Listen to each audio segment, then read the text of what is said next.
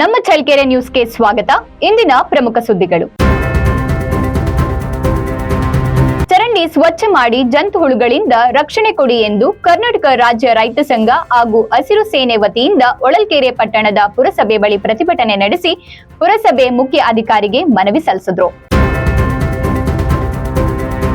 ಜವನಗೊಂಡನಹಳ್ಳಿ ಬಂದ್ಗೆ ರೈತ ಸಭೆಯಲ್ಲಿ ಮೂಡಿ ಬಂದ ಒಮ್ಮತ ತೀರ್ಮಾನ.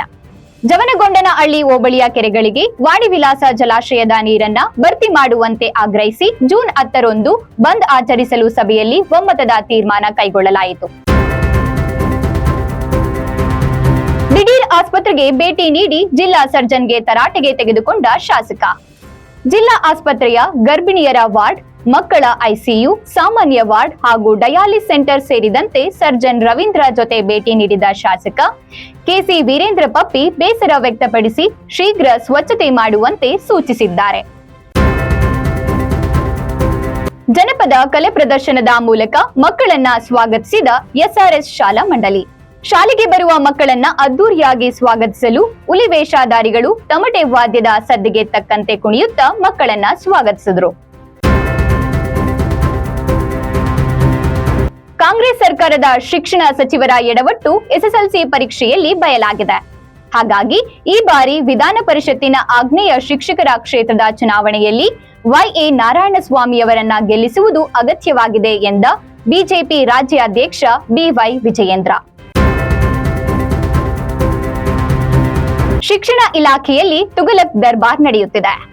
ಇದರಿಂದ ಶಿಕ್ಷಕರು ಮತ್ತು ಅಧಿಕಾರಿಗಳು ಹೈರಾಣಾಗಿದ್ದಾರೆ ಎಂದು ಆಗ್ನೇಯ ಶಿಕ್ಷಕರ ಕ್ಷೇತ್ರದ ಎನ್ಡಿಎ ಅಭ್ಯರ್ಥಿ ವೈಎ ನಾರಾಯಣಸ್ವಾಮಿ ಆರೋಪಿಸಿದ್ದಾರೆ. ಪ್ರತಿಯೊಬ್ಬರು ಭಗವಂತ ಕಳಿಸಿರುವ ಪ್ರತಿನಿಧಿಗಳೇ ಎಂದ ಸಾಣಿಹಳ್ಳಿ ಶ್ರೀಗಳು. ಚುನಾವಣೆ ಸಂದರ್ಭದಲ್ಲಿ ಆಡುವ ಮಾತುಗಳು ತೂಕಬದ್ಧವಾಗಿರಬೇಕು. ಜನ ಮೆಚ್ಚುತ್ತಾರೆಂದು ಏನೇನೋ ಹೇಳುವುದಲ್ಲ, ಮುಂದೆ ಅದೇ ಜನರು ಪ್ರಶ್ನಿಸುತ್ತಾರೆಂದು ಎಚ್ಚರವಿರಲಿ ಎಂದು ತಿಳಿಸಿದ ಸಾಣಿಹಳ್ಳಿ ಶ್ರೀಗಳು.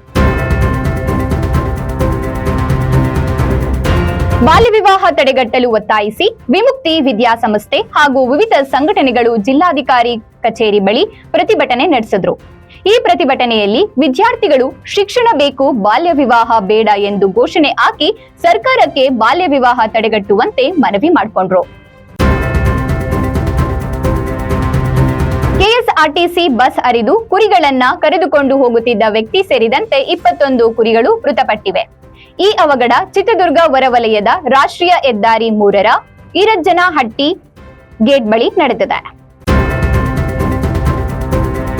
ವಿಜಯೇಂದ್ರ ಫ್ರೀ ಇದ್ದರೆ ಬಂದು ಕಟಿಂಗ್ ಮಾಡಲು ಹೇಳಿ, ಶಿಕ್ಷಣ ಮಂತ್ರಿಗಳೇ ತಲೆ ಬಾಚಿಕೊಂಡು ಬನ್ನಿ, ಕಟಿಂಗ್ ಮಾಡಿಸಿಕೊಂಡು ಬನ್ನಿ ಎಂದು ಟೀಕೆ ಮಾಡಿದ ಬಿಜೆಪಿ ರಾಜ್ಯಾಧ್ಯಕ್ಷ ಬಿವೈ ವಿಜಯೇಂದ್ರ ಅವರಿಗೆ ನನಗೆ ಕಟಿಂಗ್ ಮಾಡುವವನು ಫ್ರೀ ಇಲ್ಲ, ವಿಜಯೇಂದ್ರ ಫ್ರೀ ಇದ್ದರೆ ಬಂದು ಕಟಿಂಗ್ ಮಾಡಲಿ ಎಂದು ತಿರುಗೇಟು ನೀಡಿದ ಮಧು ಬಂಗಾರಪ್ಪ. ಇಷ್ಟಾಗಿತ್ತು ಇವತ್ತಿನ ನಮ್ಮೂರ ಸುದ್ದಿ.